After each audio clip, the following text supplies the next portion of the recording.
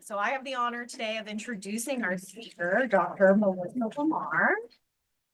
Dr. Lamar is a professor in the Division of Behavioral Sciences at Rush University Medical Center, psychologist in the Rush AD or Alzheimer's Disease Center.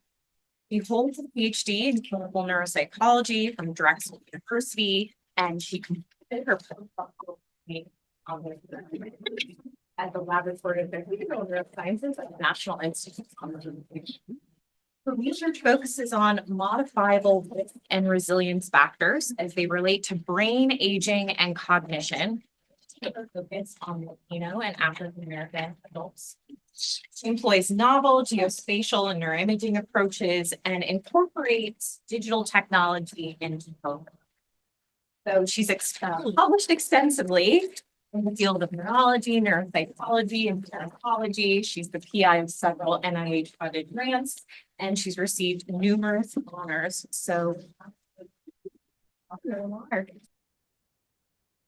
For having me here today. I was so honored to receive the invitation and just so excited to know that I was going to be coming down and meeting with so many of you and just talking about the work that we've done over the last few years with a lot of collaborators that you'll see on my acknowledgements. So I just want to thank the organizers. I want to thank and CAPS for putting this together. Today, I'm going to talk to you basically about some work that we've been doing, trying to extend out the idea of how acculturation and the lived experience of our diverse participants can kind of contribute to our understanding about cognitive and brain health. And so I've been doing this work primarily within Latinos living in Chicago and done some more national work as well that I'll share with you. But I would argue that this type of framework is probably something that many of you already do either in your clinical work when you're interviewing your patients or potentially in your research as well, and thinking about kind of a larger milieu in which the people that we study and the people that we work with kind of interact, because all of those experiences affect cognitive and brain aging. So hopefully, if you don't already have kind of some foundational knowledge in some of these objectives, you'll have it by the time you leave.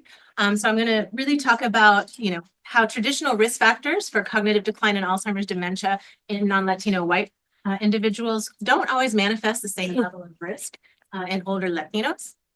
I'm going to talk about this theory of acculturation, but particularly acculturation in context as a framework that I think we could all use in whatever population we're studying, by the way, and discuss some of the literature and the things that we've been doing in this space. And ultimately, my objective is to kind of encourage you all, if you're doing this work already, to continue to do it. If you've been thinking about doing this work, to start doing it, either here with populations you have or by using other other studies that are available out there in the world. I always like to start by acknowledging all the people that make this work possible. I certainly am not alone in doing this work and could not do it without all the faculty that you see here from the RABC, all of our funding sources through the NIH, obviously our staff at the RADC who go out to our participants' homes and spend so much time with these individuals. And then last but absolutely not least, our participants who give us their time and their treasure year on year and are just so wonderful. And without them, I would not be standing here. So I just like to spend a moment and really acknowledge all of this before I start. So just a general background, and many of you may already know this. Latinos are about 1.5 times as likely to develop Alzheimer's disease as non-Latino white counterparts, okay? And this health disparity may arise from lots of different influences, okay? Now we know that there's a disproportionate prevalence of cardiovascular disease risk factors in Latinos, more so than in non-Latino whites.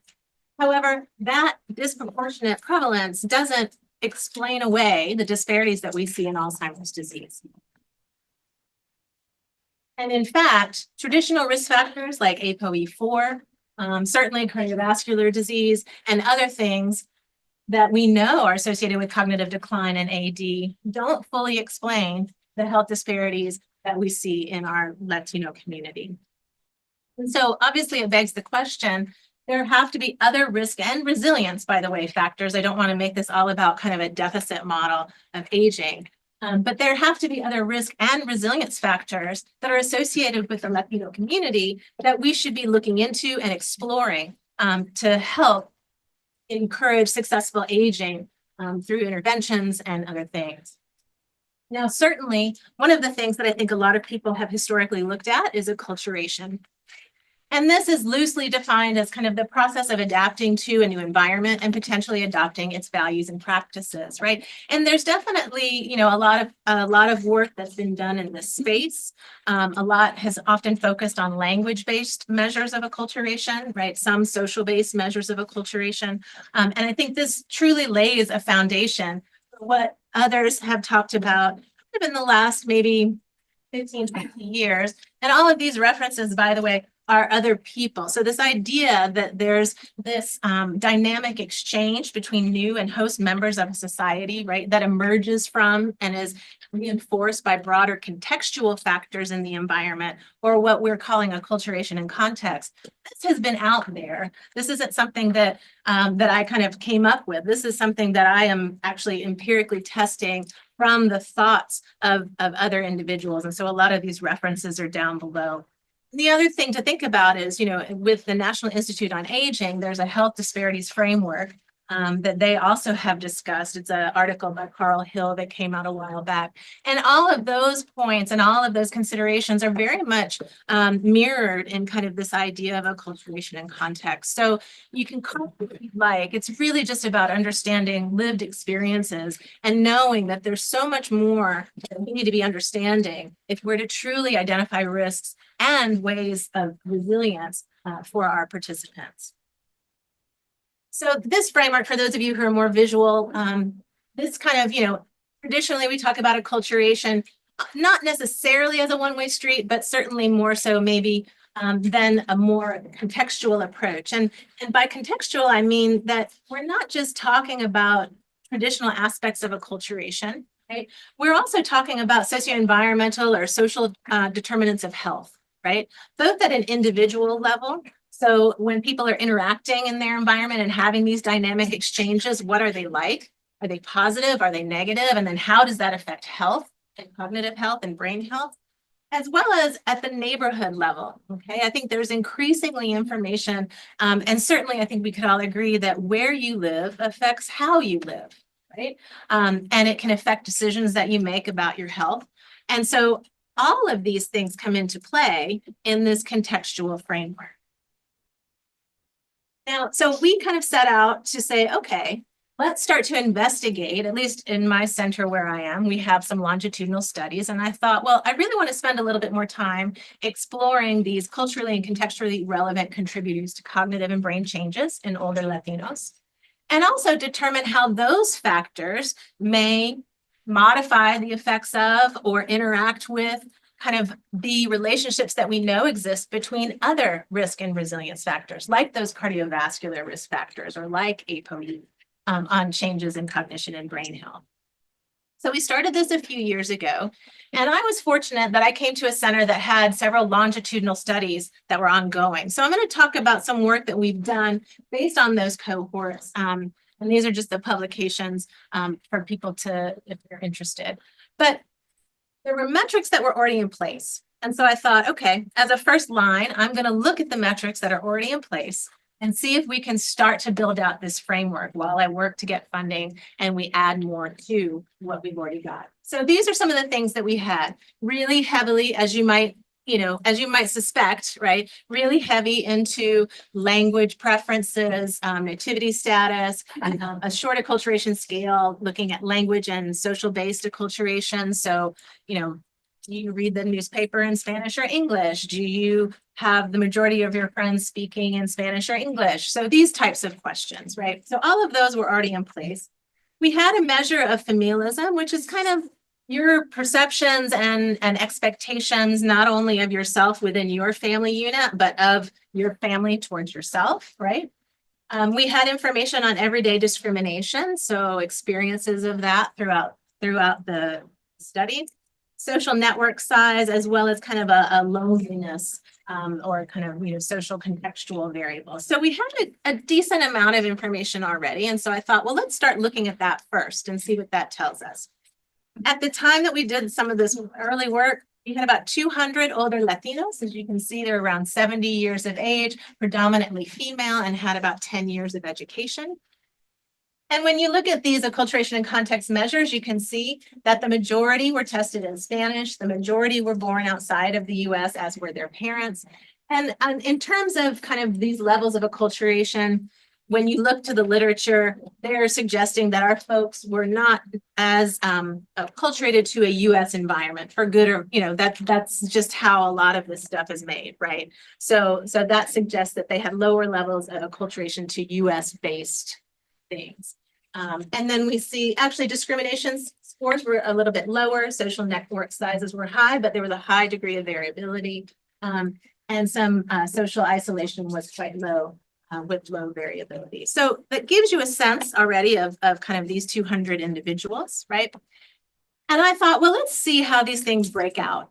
Let's just see, let's put it to a PCA and let's see kind of what we get out. And my thinking was that we do a Verimax rotation and we'd see maybe these different divisions, right? Well, we didn't have to do a Verimax rotation. This was actually just a principal component analysis that resulted in 3 orthogonal factors, right? So we had one factor that was associated with all those kind of more traditional acculturation related aspects. We had a second factor that we kind of called individual level socio-environmental contextual factors. So discrimination, social network size, social isolation. And then this somewhat more culturally, I think, specific aspect of familialism and the importance of family kind of just hung out on its own. So you may accidentally hear me call it a factor. Technically, it's not a factor. It's just one item. So please forgive me. But I'm a neuropsychologist, not a statistician, but we just kind of kept that on its own so we have these 3 orthogonal factors that we found, right? And what we did is we created composite scores and we said, okay, well, let's see how those factors relate to level and change in cognition, because we had some longitudinal data. Now, on average, we had about 4 years of annual follow-up, but it did range from 2 to 12 years. Okay, so on average, a small number of years, but we had a bit of range here. And these are Z-scores, whoops. So you can see kind of that on average, everybody was well within kind of a standard deviation, right, of average. I'm going to orient you to this graph just so, because you're going to see it a couple of times throughout my presentation, and I want to make sure that we're all on the same page. So you'll always see there's going to be an x-axis. I guess every graph has one. But for mine, it's going to be years in the study, right? So going from kind of 0, which is the baseline visit, all the way up to 12. And then on the y-axis, it'll always be a cognitive composite score, whether that's episodic memory, semantic memory, et cetera. And then within the graph itself, you're going to see 3 lines, and they're always going to be the 90th, the 50th, or the 10th percentile of a given composite score. Okay. And then just for full transparency, you'll see an estimate with the standard error and the p-value at the top. So that's what you're going to see for the next couple of slides. So when we looked at these 3 composites, again, using mixed methods, using a mixed effects linear regression model adjusted for age, sex, and education, what we saw was that this is our acculturation scale, right, our acculturation composite. And what we found was that folks that were higher in acculturation to kind of US culture were showing higher levels of semantic memory, as well as kind of perceptual speed tasks, okay? Now, this looks like there's a change in terms of over time, but actually, if you look at the y-axis, it's small and it wasn't significant. But so we're seeing some level effects as acculturation relates to cognition. We also saw mainly level effects for our individual level socio-environmental factor, okay? So what this suggests is folks who were higher in reports of discrimination had higher social isolation and smaller social network sizes. Those individuals had lower levels of episodic memory, lower levels of working memory, and actually showed a faster rate of decline in visual spatial abilities.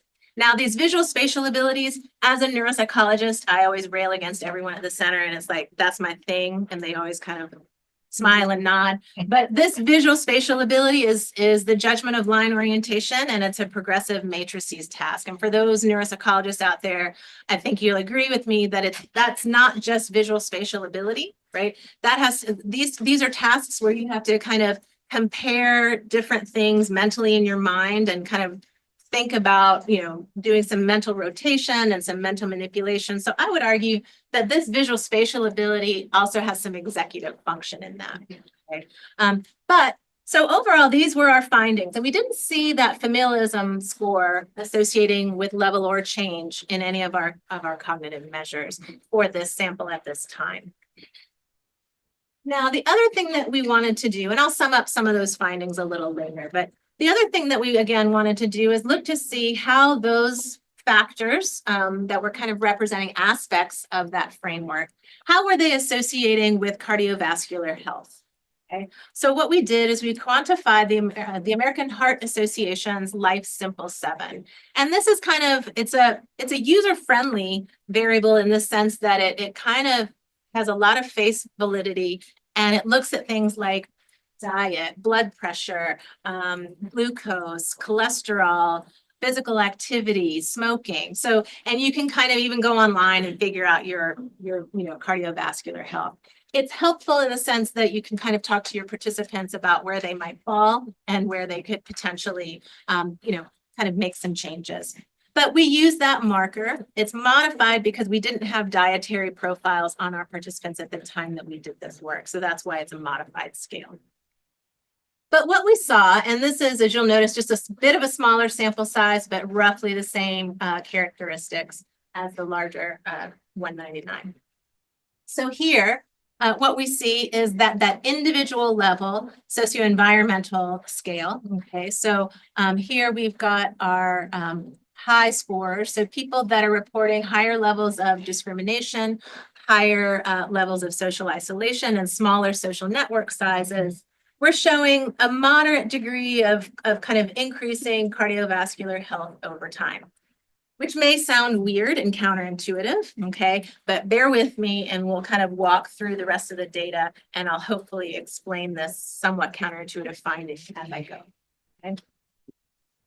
The other thing we found is that levels of familialism were also associated with changes in cardiovascular health. So individuals who were reporting really high levels of familialism, so feeling that your family had obligations to you, you had obligations to your family, they were showing kind of relatively higher levels, higher cardiovascular health over time, right? And when we put these two things together, and we also looked at the individual items here because it was so counterintuitive. And what we found was that it was really the social network size that was driving this association in our individual kind of socio-environmental factor. When we put this together, and we also put together what we know about our participants, many of them live in multi-generational homes, right? Are surrounded by family, and have family who also probably help remind them to take their medications, to do things that are good for their health, right? So we kind of felt like this potentially counterintuitive finding was really more a reflection of our older adults who were living in the home with a lot of their family. There was a lot of family kind of interactions and support. And so their better cardiovascular health was more of a reflection of that than anything else, right? So I don't want anyone to come away from this thinking that social isolation and higher levels of discrimination are good for your health. That is not what we're saying.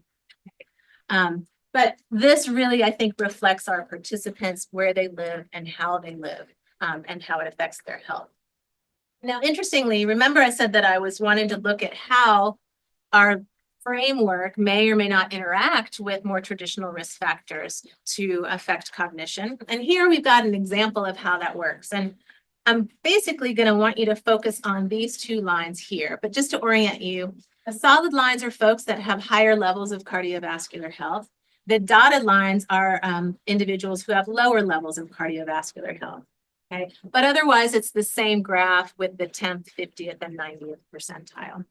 Now, what we found was that individuals who had higher cardiovascular health, but maybe had lower levels of acculturation or even medium levels of acculturation to US culture, they were actually showing kind of better performance on our working memory composite over time than anyone else. Okay, so kind of showing that actually these things are interacting, and it's not too far off from what we know sometimes about things like the Hispanic paradox, right? Or folks that maybe, they typically have lower levels of cardiovascular health, but you have individuals who have lower levels of acculturation, but are doing quite well from a health and a cognitive standpoint, okay? Suggesting that maybe they're not adopting some of our poor eating habits in the US, et cetera. But so I thought this was kind of an interesting preliminary finding and certainly some things that we're continuing to work up. So from a cognitive standpoint, we've been really, testing the waters, but we also are interested in brain changes, right? So I want to switch gears and talk about that really quickly, but I should preface this by saying, and I suspect all of us who do research have a story like this, and mine goes something like this. I was funded by NIA to collect neuroimaging in Latinos in our longitudinal cohort. Very excited to get that started, spent the entire fall doing so. And on February 2020, we imaged our first participants. It was great. It was exciting. We started getting our data, and that is exactly the face that I made in March of 2020. No, I appreciate it because you feel my pain. And we had to stop for all the right, appropriate reasons. Okay. And so what ends up happening is that we're not necessarily looking at cognitive change yet. We're looking at associations with cognition. And some of our early work has really small samples. So you'll see that we've got 92 individuals that I'll share with you some findings. We're doing a lot better, but it took an extra long time, understandably, for us to be able to go back into our participants' home, for them to want to come and see us at an MRI scanner. And so, this is how this works, and this is absolutely fine, but this kind of helps to explain some of the meager numbers you're going to see on the next few slides. So a colleague of mine, Deb Fleischman, was interested in looking at how our framework may or may not associate with brain integrity, and particularly white matter integrity, right? So all those connections in the brain that allow us to kind of cognate and to move around in space, et cetera. So we looked at diffusion tensor imaging, specifically fractional anisotropy. And this is basically what you're looking at here is the skeleton of the major white matter tracts of the brain that's shown in green.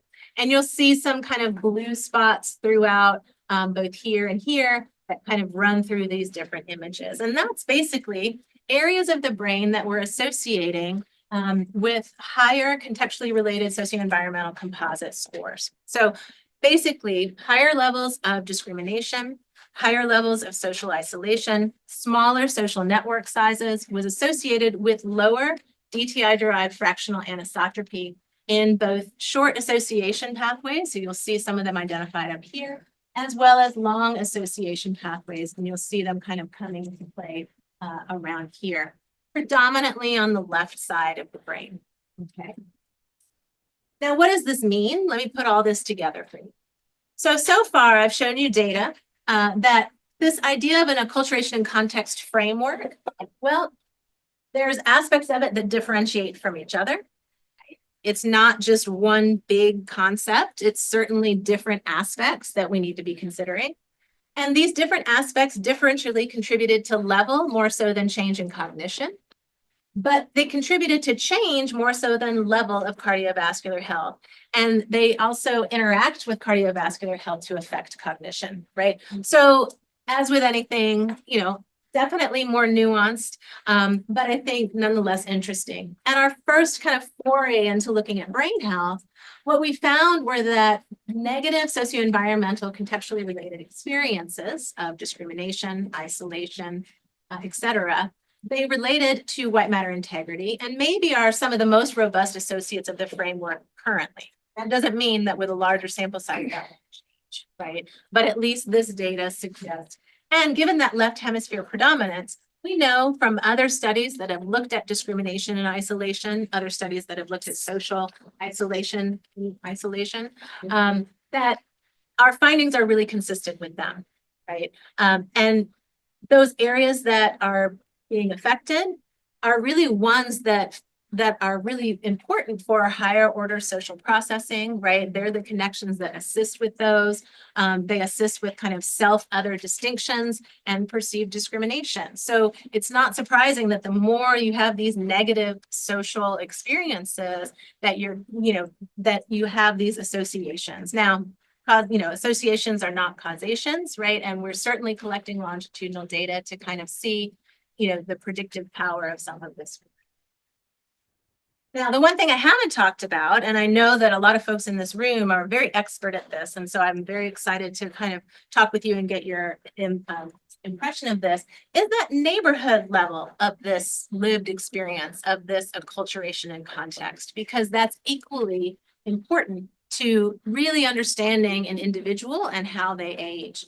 And so what we did at the time, because we were still kind of processing a lot of our own internal data, is that we have partnered, and I've long been kind of a affiliated investigator with the Hispanic Community Health Study of Latinos, because they have a site in Chicago at my old institute at the University of Illinois, Chicago. But we thought this would be a great place to add in the entirety of the framework and start to look not just within folks who live in Chicago, okay, but older Latinos who live in multiple areas. So there's a site in the Bronx, in Miami, and in San Diego. This is our core center, that explains that guy. And so thankfully, Hector Gonzalez and Charlie DeCarli, have really provided this wonderful data on not just cognition, but on MRI. And so we started to kind of look within this sample. And so I'll show you some of this data that's currently under review. So we have about 8,500 individuals. A couple of differences, not just from the geography, right? But also in terms of the age. So if you remember, our folks are about 70. These individuals are on average about 55. That's because it's a much wider age range for this study. Very equally represented in terms of males and females. Again, very different from our study. In terms of education, I think it kind of probably comes out in the wash. We have a lot more representation from a lot of different backgrounds than we do. Our Chicago community is primarily from Mexican and Puerto Rican descents, but there is a lot of representation from a lot of other places, but not any one that is another majority other than Mexico and Puerto Rico. But you see a lot of diversity here within this SOL sample. And again, what we tried to do, so we were fortunate that many of the acculturation related measures that we were using at Rush were also available within the SOL study. So there's a lot of overlap here. There was some overlap in terms of discrimination and social support. We didn't have familialism, but we used an ethnic identity index. And we thought it might be useful, and we can definitely debate the pros and cons of this one, of adding kind of not just neighborhood level where you live type information, but individual level where you live information about home ownership. So these were all the variables that we had. Some of the neighborhood level, they tapped into things like segregation, right? And community isolation by ethno-racial groups, levels of gentrification in a community, income inequity, and kind of area deprivation, not the kind area deprivation index, but a separate aspect of deprivation in the neighborhood. So these were all the things that we now had to look at. Again, trying to really build out that framework and incorporate the neighborhood level to it to see how it was associated with cognition. First thing we did, because we had some ideas at this point, well, maybe we'll see this acculturation factor, and maybe we'll see an individual level factor and a neighborhood level factor. So we did some confirmatory factor analysis to see if that would in fact be the case. The fit was really good. It was actually improved when we kind of considered the kind of residual error correlations of nativity with parent nativity, as well as the two scores from the SASH. They're obviously from the same index, so it made sense to consider their correlation. And then also down here with income inequity and deprivation, when we considered their kind of the inclusion of the residual errors of the correlations here, that improved the fitness, the goodness of fit. You can see those metrics here. The one thing that I want to point out, though, is that our individual level items didn't coalesce around a latent factor in any way, no matter what we tried to consider in terms of correlations or not. And so what we did is we had this model where acculturation and neighborhood provided very good fit. And we just ended up using the individual level items as individual level items. Okay. And for those of you who are kind of more visual, we use the framework of a structural equation model, and this is kind of how it's represented. But I'll certainly be reporting kind of the estimates of these the two composites as it relates to cognition, as well as these individual level variables as it relates to cognition. We, as we did before, we adjusted for age, sex, and education. And this is some of our results. This is actually baseline cognition. So again, these are just correlations. We're currently working on our longitudinal modeling because the SOUL study has now 3 time points of cognition. So we can actually look over time. So that data we're currently analyzing. But as you can see, we had acculturation. That acculturation composite was associated with global cognition and our digit symbol substitution task. So a kind of a measure of processing speed, a little bit of working memory. And then our neighborhood level factor. So where you live definitely affects kind of how you live cognitively, in the sense of we've got these associations across all of our measures related to neighborhood health. And then our individual measures, you can see discrimination was associating with that same digit symbol task. Familial support was associating with several of our measures, primarily learning and memory. And then home ownership, much like neighborhood level, was associated with all aspects of cognition. Okay. So all of these things are associated with cognition, and it remains to be seen, but I certainly hypothesize, and other people who've done similar work, particularly in neighborhood health, this is borne out in their data. I think these things will be predicting cognition as we kind of move into that longitudinal data. So even from the SOUL study, again, we saw that different factors differentiated from each other, right? And differentially contributed to level of cognition. Those individual level socio-environmental experiences, again, they didn't coalesce, and there could be a lot of reasons for that, right? It could be differences in ages between our 2 cohorts. We had a much older cohort than the SOUL study. It could be that geographies contributed, background contributed. There was a lot more diversity. And also our decision to include some different measures may or may not have been a good one, right? And I think the interesting thing about this framework is that it should be organic, and it should be flexible, and it should fit the people that you're studying. Right. And only you know those individuals well, and you talk to them about what they feel is important. We've done a lot of work chatting with our participants about what they feel in their neighborhood maybe is affecting their health, or things that they would want us to consider. And I think that having an organic framework really allows you to understand the individual kind of cognitive and brain aging of the group that you're studying. So we tried to be a little organic here. It may or may not have worked out, but I think there's more that can be done here. And we're currently, so we looked at some of the reasons that maybe these didn't coalesce. It wasn't differences in age. We looked at study sites, we looked at background, and none of that could explain it or provide better fit when we stratified. So we've started to look at some latent profiles, and if purposefully I haven't listed what the variables are here, because this literally was like a week ago that I got this. So we're still kind of trying to go through which 3 or 4 classes, and then looking at cognition over time, as well as looking at MRI. So that's kind of some next steps that we hope to do. And also back at Rush, we've been able to geocode a lot of information about neighborhoods, not just at the census level, like those indices that I showed you that we have at SOUL, but at the point level. So really kind of drilling down, because, we can look at things like crime and availability of healthy and unhealthy foods as it may affect dietary choices, availability of physical fitness opportunities, and what that does for health. So we're also going to be looking at this in our participants. We've got almost 400 now,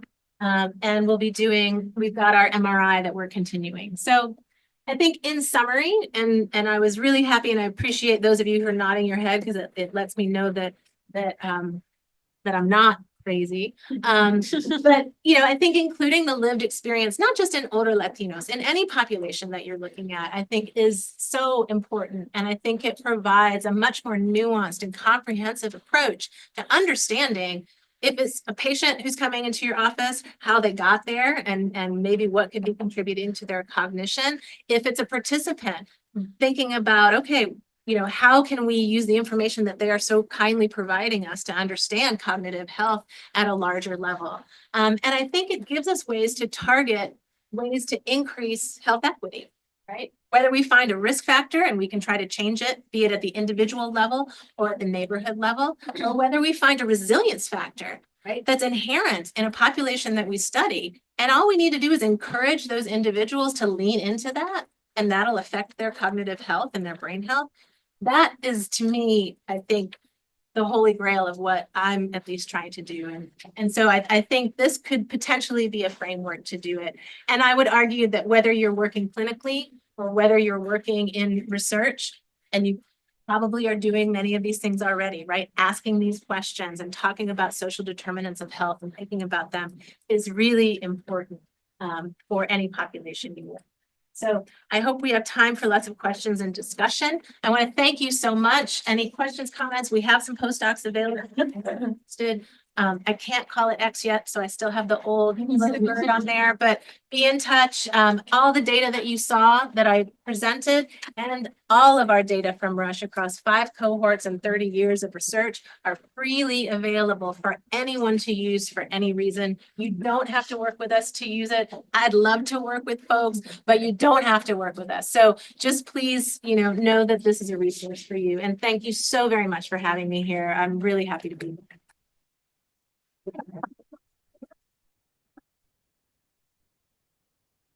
Our tradition is that the students, not just graduate students, because there's undergraduate students in the audience, they can ask the first 2 questions, and faculty may not masquerade as student. You have to wait. So, students, it's open to you. It can admittedly be a lot of pressure. But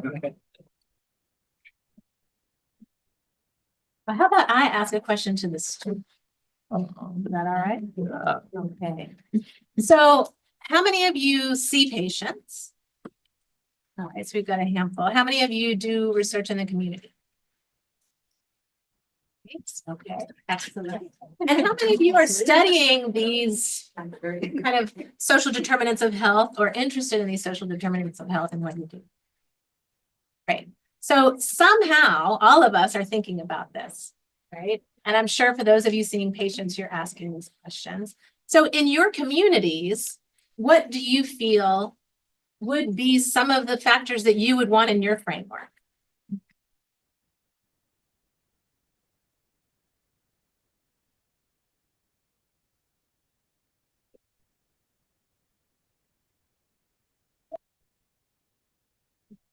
Amazing. I was just in the community yesterday that many of the adults that came up to talk to us mentioned religiosity.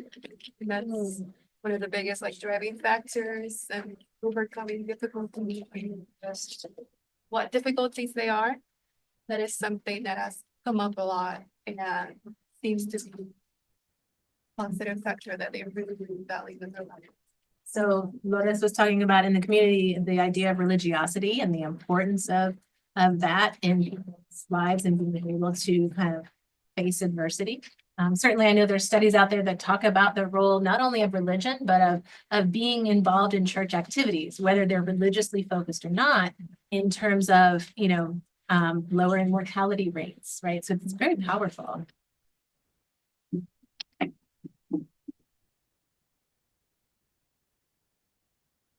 Yeah, we're on your committees.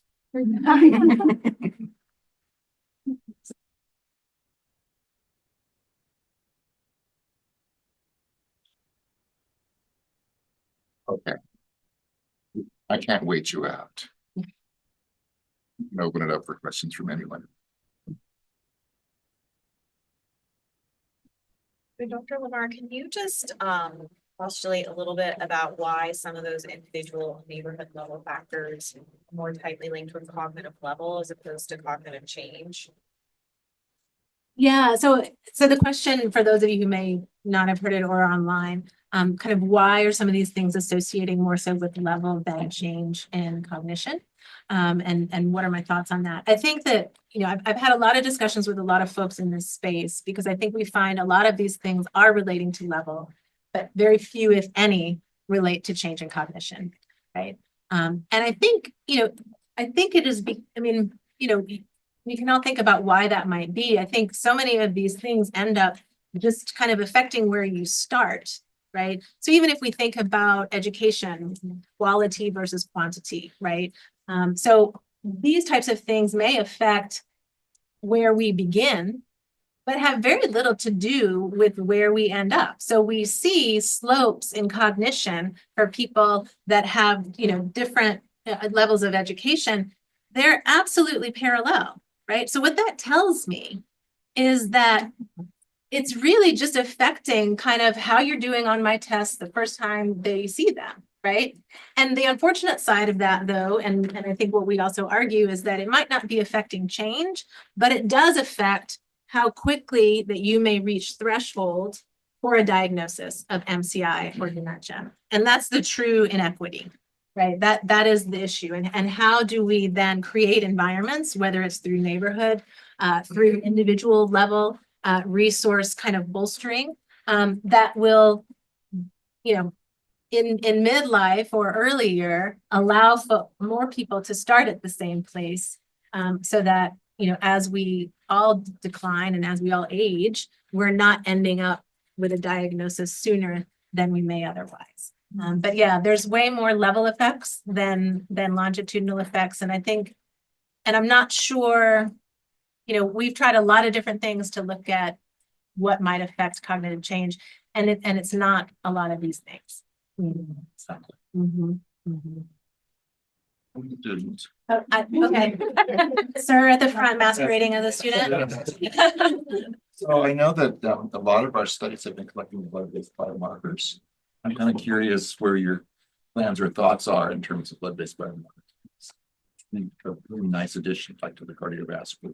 100%. Yeah. So we are actually thinking about our renewal, and that is very much in that space. So, we started out getting the imaging, and we do have plasma-based, blood-based biomarkers on about 250 of our Latinos at one time point already, but wanting to get more, wanting to add more kind of, different, at our center, we have a strength in omics.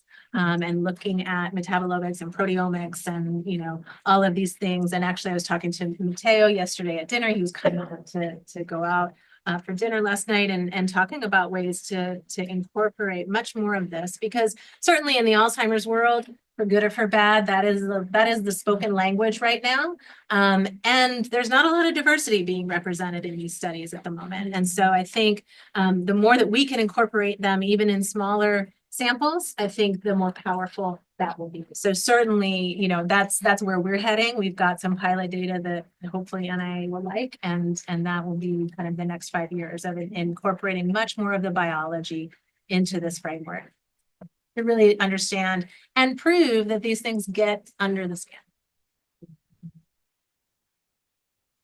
I had a simple question about just recruitment and retention of the samples, because historically, racial minority communities are less likely to even want to participate in biomedical research, especially research is sort of intrusive in that way. 100%. So what are some strategies that your research team uses to not only recruit, but also retain them over time? Because I imagine there's probably some challenges. No, absolutely. No, there are challenges.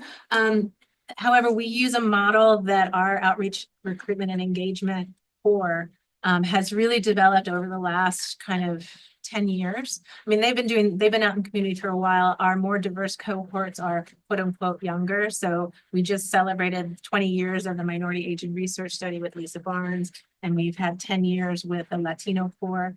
But all of those efforts started years before we recruited a single participant. And the engage model is exactly that. You go into communities, you become a part of what's important to those communities, and you do not ask for a thing for a very long time, because that's not, at least that's not the way that we do it, right? And so you provide resources, you support local initiatives, and you just let people know that you're there because you care. And you're having conversations about science, you're having conversations about successful aging, you're having conversations and learning from the community what they consider, what they think about when they think about Alzheimer's, or what they think about when they think about cognition, et cetera. And you're just having a dialogue. And then you start to talk about, well, you know, we're wanting to put together this study. Would your community, would your foundation, would your society, would you be interested in helping us? You know, and then it's a partnership. And then you can start to enroll and think about those things. And those folks that you have partnerships with, they never join your study, right? But they may talk it up to a lot of other people who do. And so it's really, and then you never stop that. That's never not a part of what we do. We have outreach and recruitment and engagement all year long. You know, and it's fun. We all kind of love doing it, you know, like we have cafecitos with our Latino communities, and we go out and we spend the day. This year we all painted. We're like painting and hanging out. We talked about science for like 2 seconds, you know, and they all bring friends and family and neighbors, and they learn about these things. And it's as much a snowball recruitment sometimes.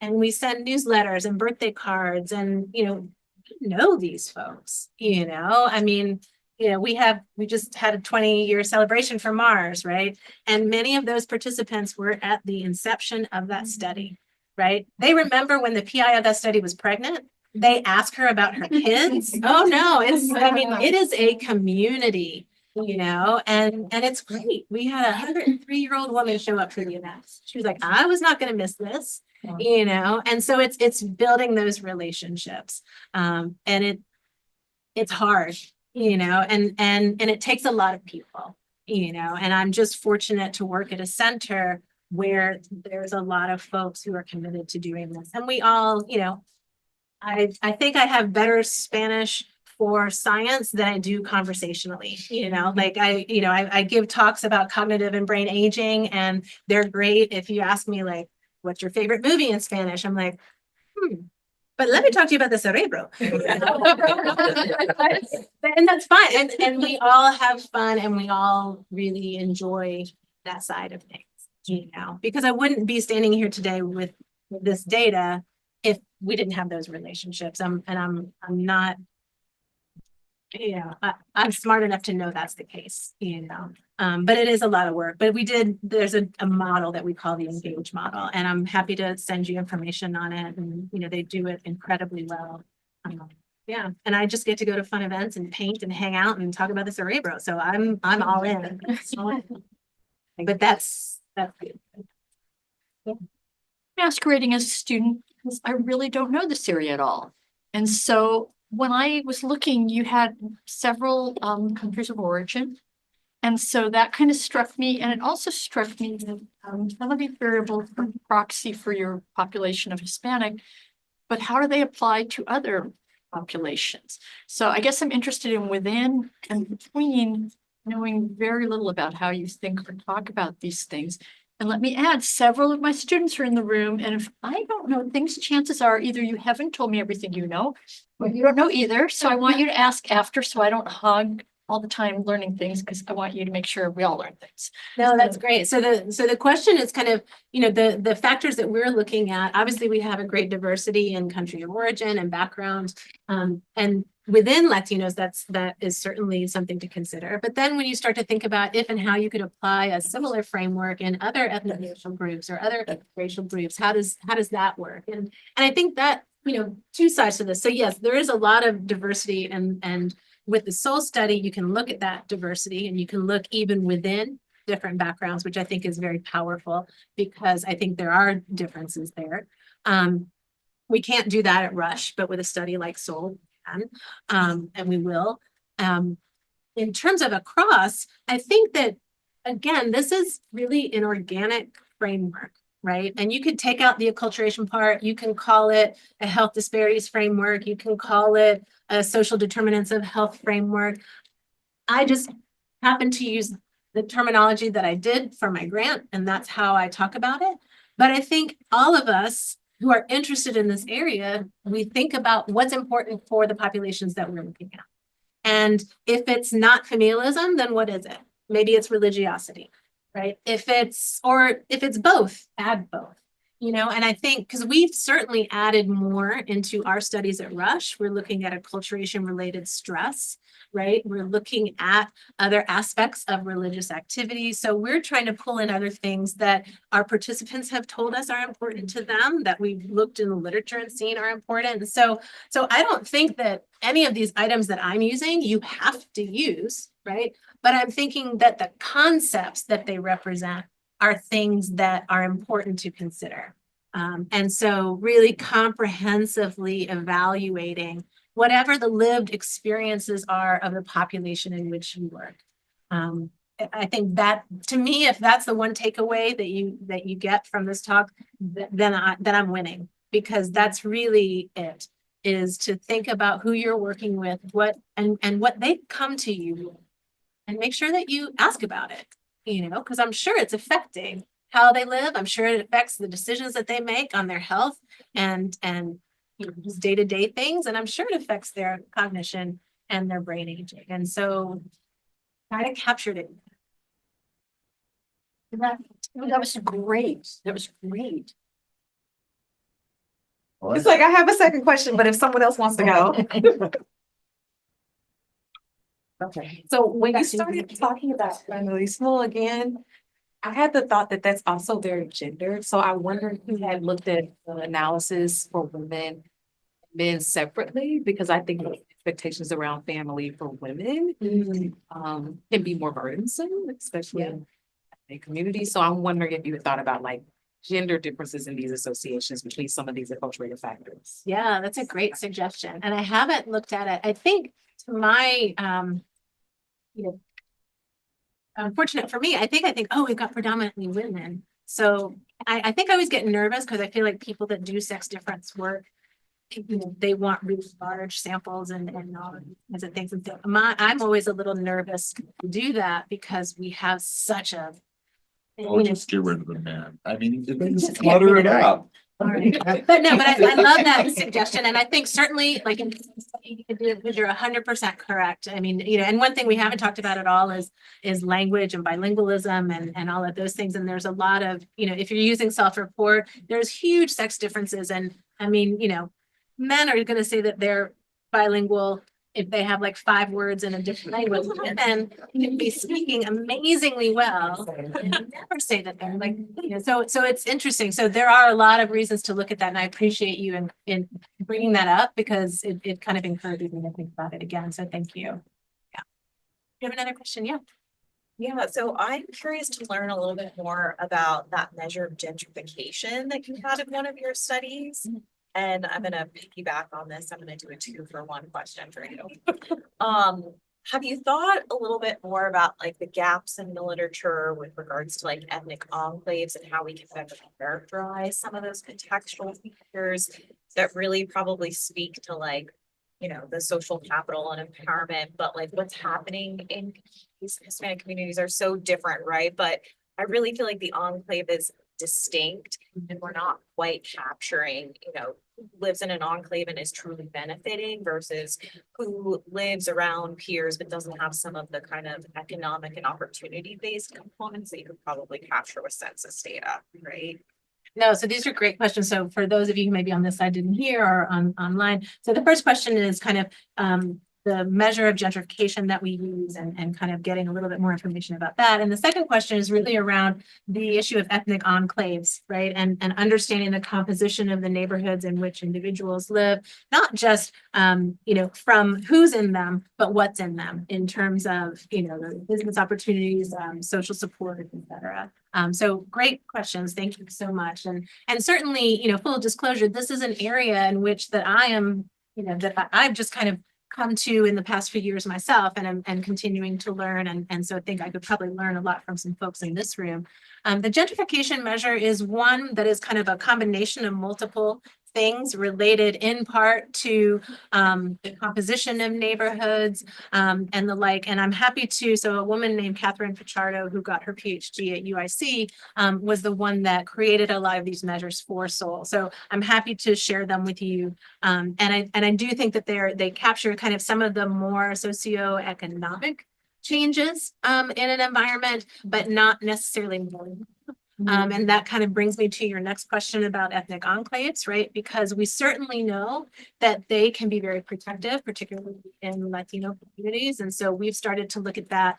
And it's interesting because, I think a lot of this data you have to be very thoughtful with. And I can imagine, even just given the questions and the folks that have come to hear this talk, I get the sense that you're all very thoughtful about what you do. So, I think I'm probably speaking to the choir, but we started looking at ethnic enclaves, we started to look at neighborhood compositions, and we see associations for Latinos that are positive for actually long-term cognition. So that's one thing that we're seeing longitudinally is associating from a neighborhood perspective.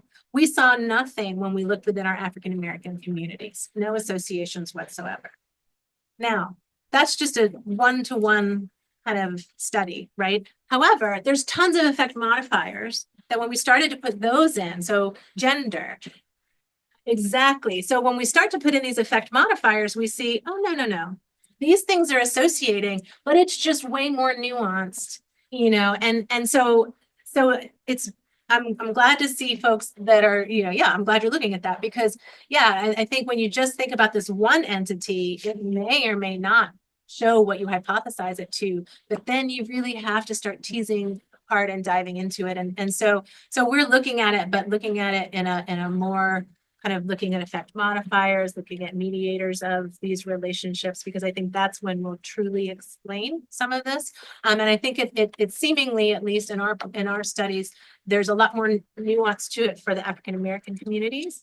So we're seeing direct relationships in Latinos, but I think we're also going to see some nuances there as well. And we're talking a lot about objective measures of neighborhood health, right? However, what we haven't talked about are perceptions of neighborhood health, right? So, you can live in a community that has or doesn't have any given thing, but you may love that community, right? For things that we're not measuring in our gentrification measure, or we're not measuring in our different, objective measures. And so I think it's important to ask about those things as well. And we've certainly been doing that and kind of pairing that with our objective measures to see how, when you start to think about all of these things, what does that mean for cognition and brain? So, Let me, before we thank her, I want to put out another blurb. Rush. The Rush Data Archive is really an amazing resource. Go play with it. Go look at it. You have a weekend coming up. I'm sure you have nothing to do. Go online because it really, they're one of the most open organizations in terms of having it freely available to work with. So I want to thank you so much. Oh, thank you.